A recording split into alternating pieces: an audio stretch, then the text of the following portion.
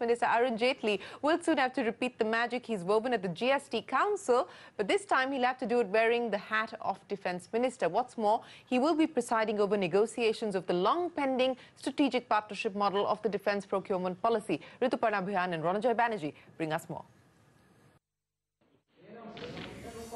As Finance Minister Arun Jaitley has chaired numerous meetings with India Inc. on various economic issues, and come Thursday, he'll be doing much more of the same. But with one big difference, he'll be representing the government as Defence Minister.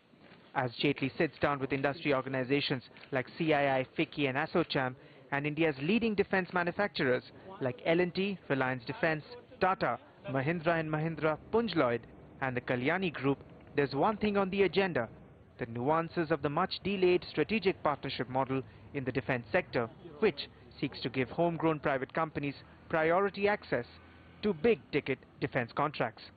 The idea of giving private Indian companies preferential treatment for defence manufacturing contracts was first mooted by the Kelkar panel way back in 2005, and it remained in cold storage till the Modi government came to power.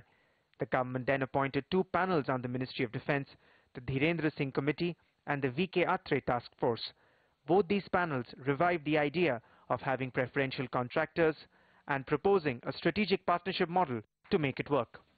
Nonetheless, then Defence Minister Manohar Parrikar failed to get stakeholders on board. For one, neither industry nor the Ministry of Defence could agree on the modalities of designated private firms as strategic partner. Within the MOD itself, there were concerns over issues like monopoly arising out of such strategic partnerships, and that proved the tougher battle for Parrikar. Now with the defence portfolio going to Jaitley, there is hope of some forward movement. So far, the idea is to choose strategic partners to manufacture submarines, helicopters and fighter aircrafts. Then partners would be brought on board for the manufacture of artillery and guns, armoured vehicles and warships. Sources say that the internal differences within the Ministry of Defence have been ironed out. So Jaitley's biggest challenge will be to get industry to agree first within themselves and then with the Ministry of Defence on the modalities of such partnerships. As far as industry is concerned, the major concern has to do with the proposal that companies chosen as strategic partners in one defence segment will not be allowed to participate in other categories. They argue that since most of them have multiple defence-centric joint ventures in operation, being forced to concentrate on just one segment would be restrictive.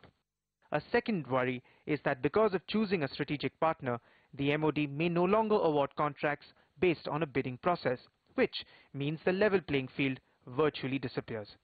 It's these concerns that Defence Minister Arun Jaitley will have to deal with when he sits across the table from defence manufacturers.